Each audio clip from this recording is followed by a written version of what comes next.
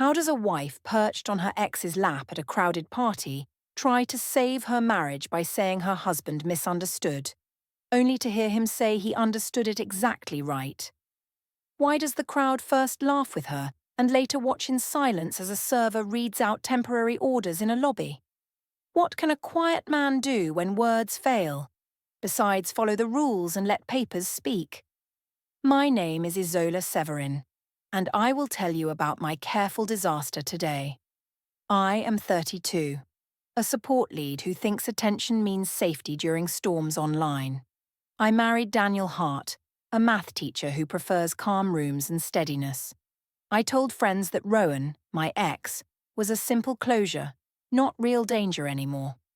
I said Daniel misunderstood the tone, and I said my choices were educational experiments for growth. He asked for honesty and counselling. I answered that growth hates slow committees anyway. I liked rooms with phones up, because applause felt warmer than patience ever before. I perched on Rowan's lap at a party, calling it comedy and context only. I phoned Daniel and said he misread. The crowd cheered my clever, calm answers. He stayed quiet, put on headphones, and kept breathing like a metronome nearby in public. My mother texted Crowns. His mother asked if kindness mattered more than shows today.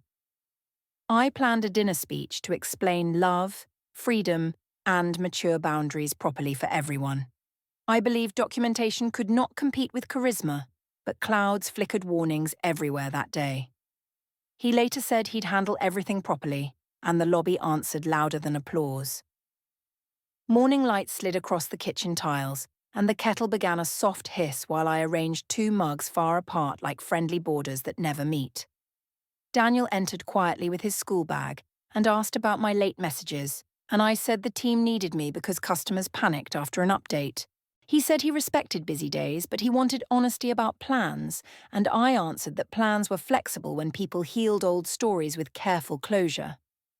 I told him Rowan had written about peace after long silence, and I called it maintenance for the heart because grown-ups review the past before moving ahead. He said reviewing the past should happen with respect, and he suggested counselling again, but I said counselling could wait because momentum hates committees and long forms. He placed his mug on the far counter and lined the handle straight, and I admired his neatness while I opened notes and tested warm sentences for later. Am I proud of my planning voice? Yes, I am, because a polished speech always lands softer than raw emotion in front of family. The fridge caught my eye with a small sticky note reading "Bring forms," and I decided it was school paperwork because he helps families with field trips and permissions. On the wall planner, a red circled date glowed like a warning light, and I tried not to look at it long because red always makes people dramatic. He checked his watch and dismissed a buzz that flashed downtown 8:35 p.m. before fading, and I asked nothing because I like trust that does not hold breath on every detail. He moved to the hallway desk and closed a drawer with a quiet click, and I laughed that secrets were childish while he said privacy protects peace during tense mornings. I changed the subject and told him I would explain to us at dinner, and I said family should hear that Rowan is closure, not romance or danger. He said dinner deserves kindness first and spotlight last, and I replied that kindness looks like brave language when everyone listens with open minds. I filmed a short rehearsal beside the window because the plants made comforting frames, and I used phrases like responsible exploration and clear calendars to calm anxious ears. My mother sent crowns and typed that bold women teach the room, and I liked her words because heat from praise travels faster than cold understanding. His mother left a voicemail asking if we were okay and needed anything, and I deleted it because if you water worry, it grows roots inside the table. I scrolled an old photo with Rowan and told myself it was simply proof that history no longer burns, and I cropped the image to a shoulder and a hand so context would behave online. Daniel wiped crumbs in small circles and asked if work would keep me late again, and I said maybe a little because users never sleep and tickets multiply like rabbits. He nodded and opened the window 2 inches so steam could leave, and I thanked him for the breeze while practicing my smile that says steady but modern. The printer in the hall spooled once and coughed a blank sheet, and he removed it calmly like someone who resolves problems before they turn loud. I noticed 2 towels folded separately on the bathroom rail and said he was dramatic, and he answered that distance prevents damage when rooms heat up from careless words. I rehearsed a line for dinner that began, "Daniel is good, yet cautious," and I balanced the phrase with "I am brave but kind," so the audience would trust me. He looked toward the guest room where the bed already showed a tidy dent, and I told myself separate sleep was only a pause to reset the story. On the balcony, the city sounded like distant waves against glass, and I decided to message Kim about captions that would frame everything as education. I told Kim that laughter would help relatives hear the core truth, and she replied that light jokes travel farther than heavy lectures in crowded rooms. I sent Rowan a neutral check-in about boundaries and time, and I said I preferred calm afternoon coffee rather than messy nights with cameras. He replied with a short line about seeing me soon, and I reminded myself it was closure only because closure frees future love from ghosts. Daniel returned from the bedroom with a stack of envelopes that he flipped once, and I teased him for living like a filing cabinet while he said order reduces confusion and expensive mistakes. He put on headphones and paced the hallway for a minute in low voice, and I pretended not to hear anything because I respect private calls when I am busy. I checked our shared album on my phone and glimpsed a spreadsheet with initials and dates, and I told myself teachers love tables, and tables calm anxious minds during long semesters. The kettle clicked off and the room felt calmer than my chest, and I touched my hair and practiced a smaller laugh that would not sting anyone at dinner. He carried his pillow toward the guest room and said, "Rest helps complicated conversations," and I said a good speech helps even more because speeches carry structure like bridges. The guest door closed with a careful latch and left a neat seam of silence, and I typed the closing sentence that promises kindness, even while I changed the rules. My phone lit with a message preview from a number saved as private, and the text blinked for a second, then vanished as if someone pulled the thread. The sudden blank screen echoed inside my ribs like dropped keys in a stairwell, and the quiet house waited while I told myself nothing important had changed. I reached the office early and let the quiet settle over the open-plan floor while monitors woke like small blue windows. Kim waved from marketing and asked whether my dinner speech still needed polishing, and I said momentum loved confidence more than cautious editing. She suggested lighter captions with soft colours, and I said audiences swallow difficult truths more easily when packaging looks gentle. Slack started buzzing with a thread about boundaries, and I typed that mature people can handle nuance if communication stays transparent. Jasper from facilities rolled a cart past my desk, and Kim smirked because Rowan usually worked that shift, but I pretended not to register the name. Priya from HR drifted near the aisle and asked if we could speak for a moment, and I smiled because I always treat bureaucracy as a manageable audience. In the glass room, she mentioned rumours from last month and a few late messages after hours, and I answered that deadlines ignore clocks when customers panic. She asked how I planned to separate personal stories from professional settings tonight, and I said framing would be careful because I respect policy when I teach. Returning to my desk, I found a thin binder labelled Utilities sitting on my chair, and it looked thicker than bills with tidy-coloured flags. I asked reception about misplaced materials, and the receptionist shrugged, so I set it beside my keyboard and refused to overthink the tabs.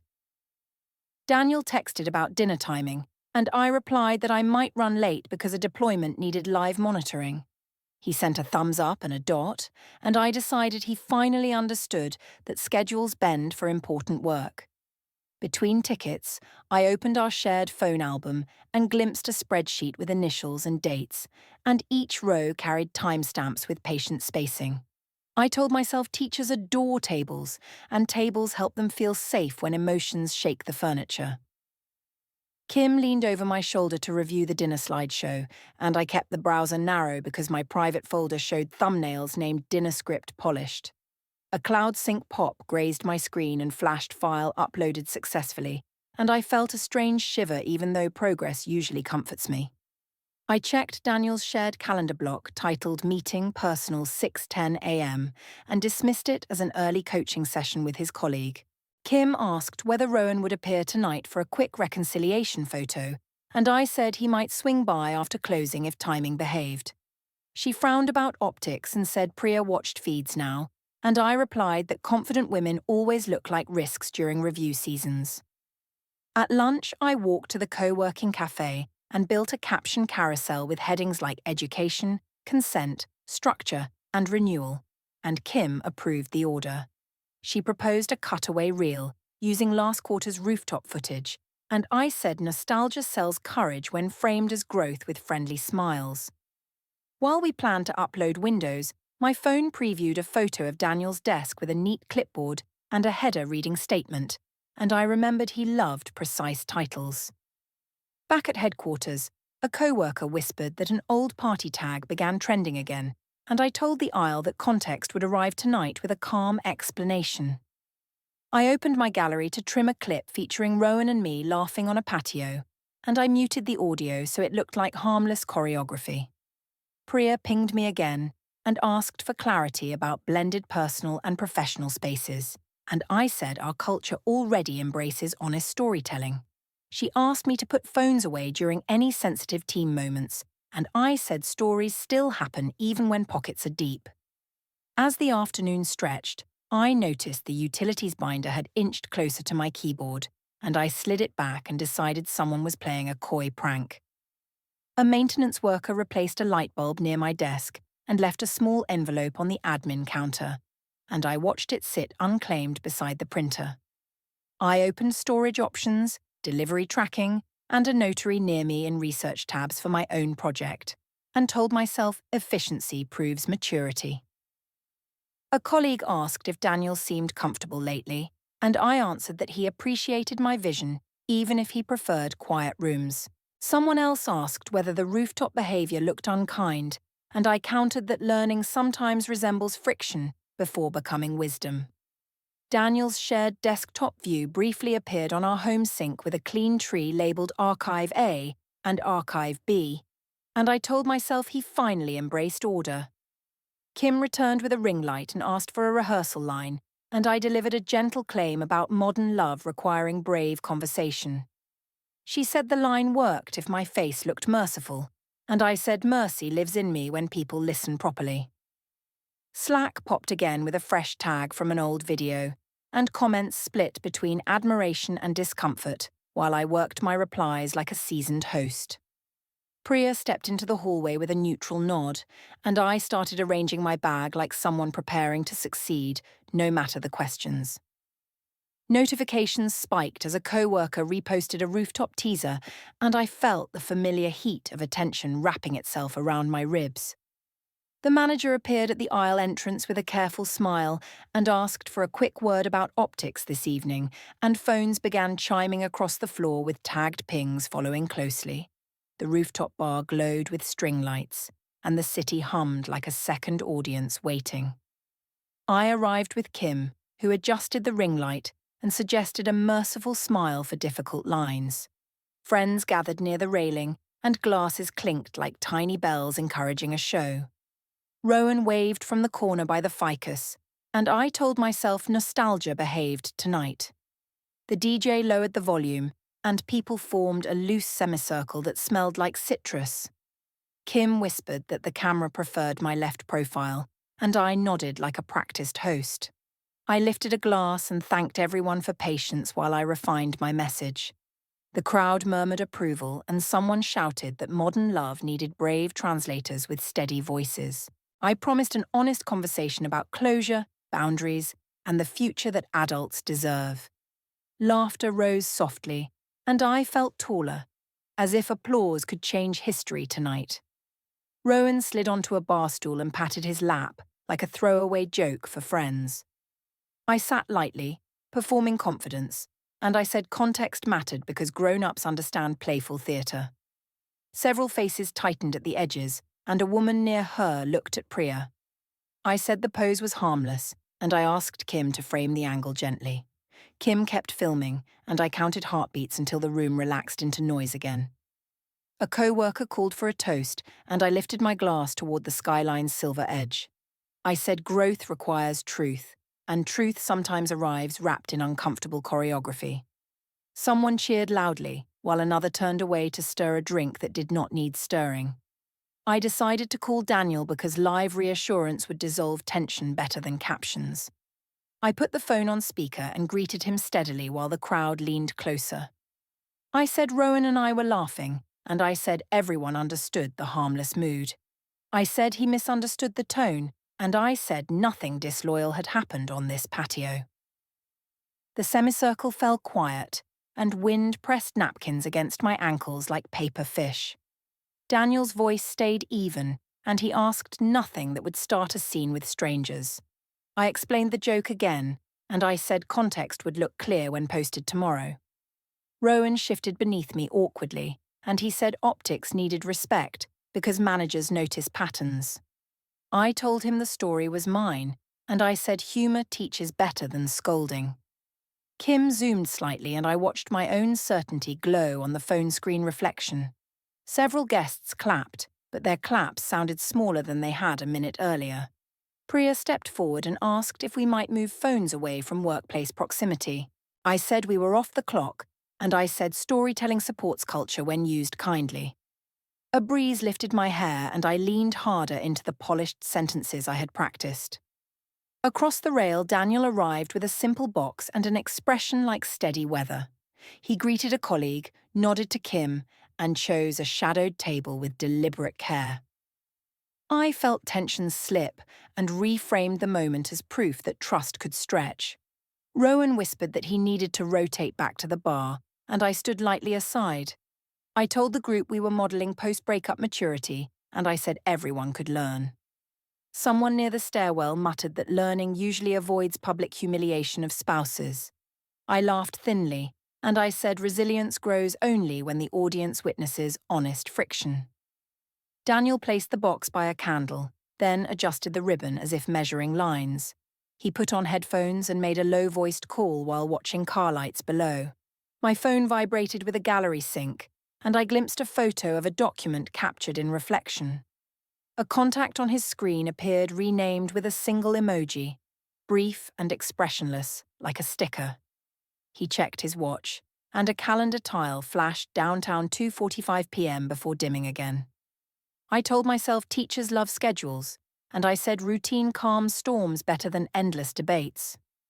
Theo arrived late with his camera bag, and he said the room needed a heroic angle. He circled us with slow steps, and he said bravery rewards clean frames and smiles. I repeated the thesis about closure, and I said Daniel respected growth despite old rules. A few friends nodded, though their eyes asked quiet questions I refused to translate. Rowan kept distance behind the bar, and he said the night should stay light.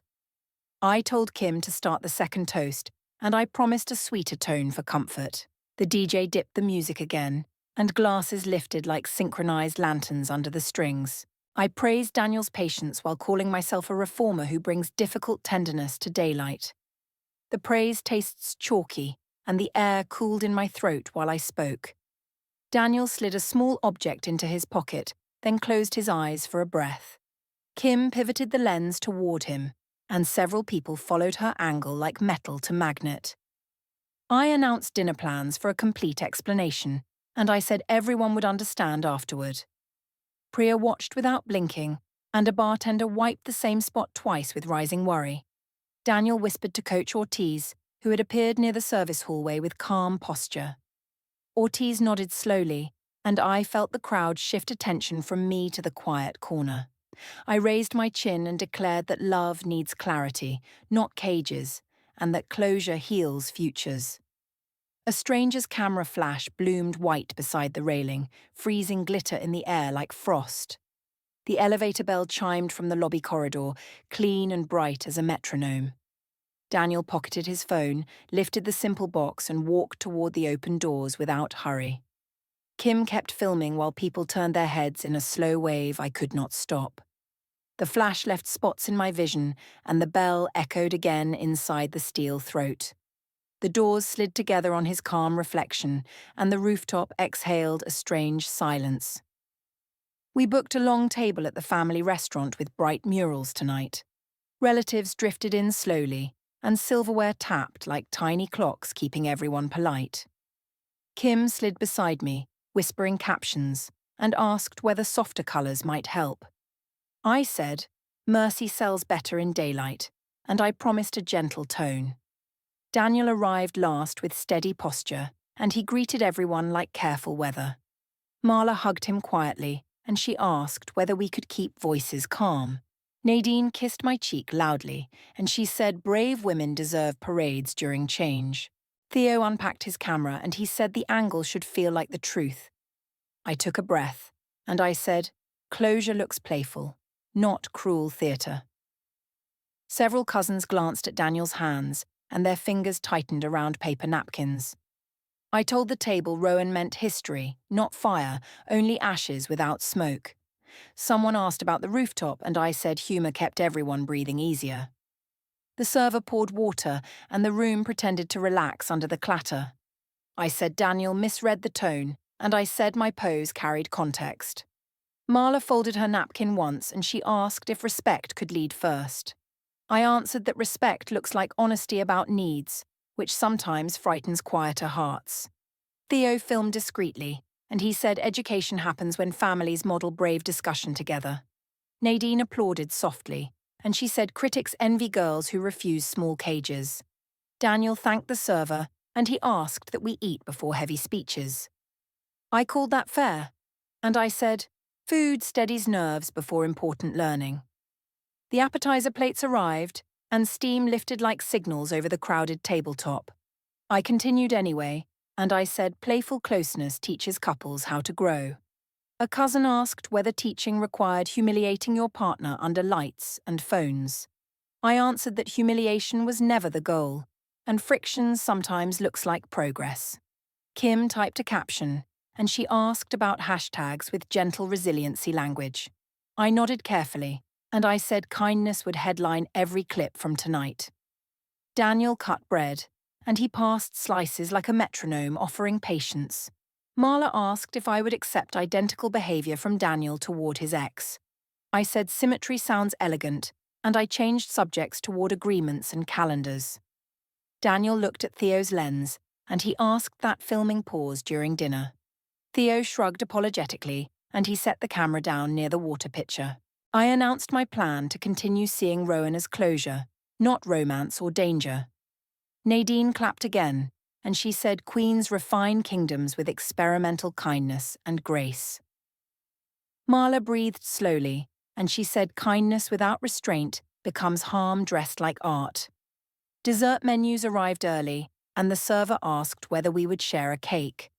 I said sweetness helps messages travel, and I ordered candles for theatrical comfort. A neighbour couple entered unexpectedly, and they nodded at Daniel with visible relief. I started another explanation, and I said play can rescue marriages from rigid boredom. Daniel asked if rescuing required separate rooms and public displays on crowded rooftops. I said separate rooms cooled tempers, and public displays were educational, never cruel. Marla asked softly if the education mattered more than his dignity standing beside you. I said dignity includes accepting modern stories, which sometimes bend old promises toward truth. The cake arrived singing, and candles trembled like tiny flags in moving air. Daniel thanked everyone, and he asked for quieter words after plates were cleared. We left gratuity and walked toward the park where swings creaked like shy doors. Children sprinted across gravel, and parents exchanged looks when our group entered the circle. Daniel knelt to tie a shoelace, and a mother thanked him warmly. I narrated to Theo that growth requires witnesses, because privacy breeds denial and myths. Marla watched the slides, and she asked me to lower the professor tone. I softened my posture slightly, and I said teaching stays gentle when people listen openly. Ellie ran over grinning, and she hugged Daniel with complete, uncomplicated trust. She looked at me carefully, and she asked if husbands cry after phones laugh. The playground sounds thinned, and even the chains quieted like a held breath. I said teaching sometimes hurts feelings, and Daniel said adults should use kinder words. Ellie nodded sadly, and she pressed a sticker into his palm for bravery.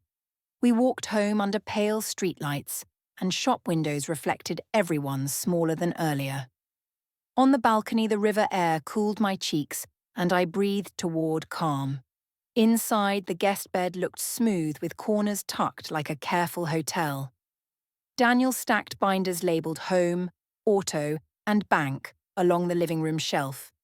I said the binders felt dramatic, and he answered that order prevents arguments and confusion. A car idled outside facing the street, headlights steady like a silent metronome. His watch flashed a calendar tile reading downtown 9:50 a.m., then went dark.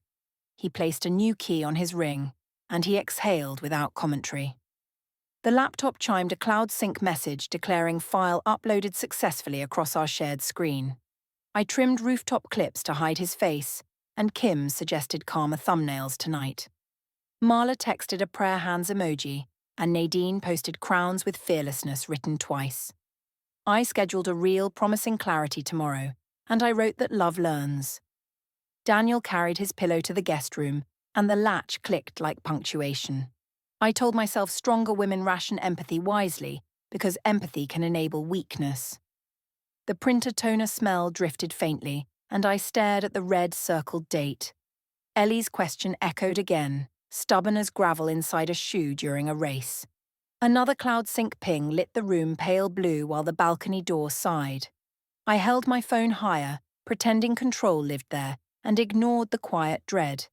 The ping faded slowly, and Ellie's words kept floating between us without mercy. Morning returned with whispers from last night's clips, and I chose lipstick, captions, and posture over apologies again for breakfast. The school pickup lines simmered with glances. Daniel and Coach Ortiz managed traffic and clipboards like unbothered statues in sunlight. I moved closer, praising community spirit. Daniel's clipboard showed only statement at top, with blank patience underneath for this afternoon. A parent mentioned rooftop rumors. I said teaching hurts sometimes, and wisdom grows afterward with proper framing for most adults. Dismissal ended. Daniel checked his watch, a small tile flashing downtown 11:20 a.m., before gently disappearing into regular grey time. At the supermarket, whispers travelled aisles.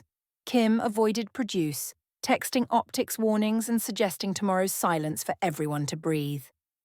I bought a celebratory cake anyway, insisting sweetness strengthens persuasion and calms frightened relatives who question bravery at family tables. Home smelled like lemon cleaner and faint toner. Daniel's laptop displayed storage options, delivery tracking, and notary near me today. He minimized windows when I entered. 2 mugs waited apart like borders nobody dared redraw without permission or common maps. The guest bed looked freshly smoothed. A new key glinted on his ring, plain, unfamiliar, and deliberate as winter light. From the doorway, a thin shredder hum pulsed once, stopping quickly, like distant insects correcting messy paperwork after windy days. On the desktop, folders labeled Archive A and Archive B sat spotless, and a cloud sync ping confirmed uploads just now. I offered negotiations, promising deletions and softer posts if he praised my courage publicly and privately now, without stubborn caveats. Daniel breathed steadily, said bargains distort truth, and asked for quiet dignity while decisions matured carefully in separate measured rooms. He met my eyes, said he would handle everything properly, and closed the door, leaving rehearsed speeches outside to cool. I entered the office tower lobby at lunch, practicing a neutral smile and balanced breathing. Security asked my purpose, and I said I was meeting a friend to reset optics. Elevators chimed regularly, and people crossed the marble with salads, badges, and restless thumbs. Kim texted about silence strategies. I replied that winners control narratives through timing. A man in a dark blazer approached, confirmed my name, and kept his posture professional. He introduced himself as a process server, requested I remain still, and said witnesses were present. He stated service would occur here, with time noted, and procedures followed exactly. He handed a packet naming divorce petition, temporary financial and possession orders, and communication boundaries. I insisted the crowd misunderstood my context, He said documentation outweighed context in moments like this. Pens paused at the reception desk, and several heads lifted as murmurs thickened the air. Across the lobby, Daniel stood beside Coach Ortiz, calm, steady, and refusing any spectacle. Daniel acknowledged service with a small nod, then set a slim envelope on security's counter. Security slid the envelope toward me, explaining a short communication schedule and pickup guidelines. The server summarized immediate limits, described access rules for shared items, and recorded the time carefully. My phone pinged with a cloud sync notice, and Archive A and Archive B updated. A receptionist stopped typing mid-sentence, and someone whispered that consequences finally replaced performances and speeches. I tried to explain misinterpretation. The server repeated that procedures were clear and now active. Daniel turned toward the elevators with Ortiz, and the bell answered like a final metronome. The doors closed on his reflection, cameras tilted up, and the packet grew heavy in my hands.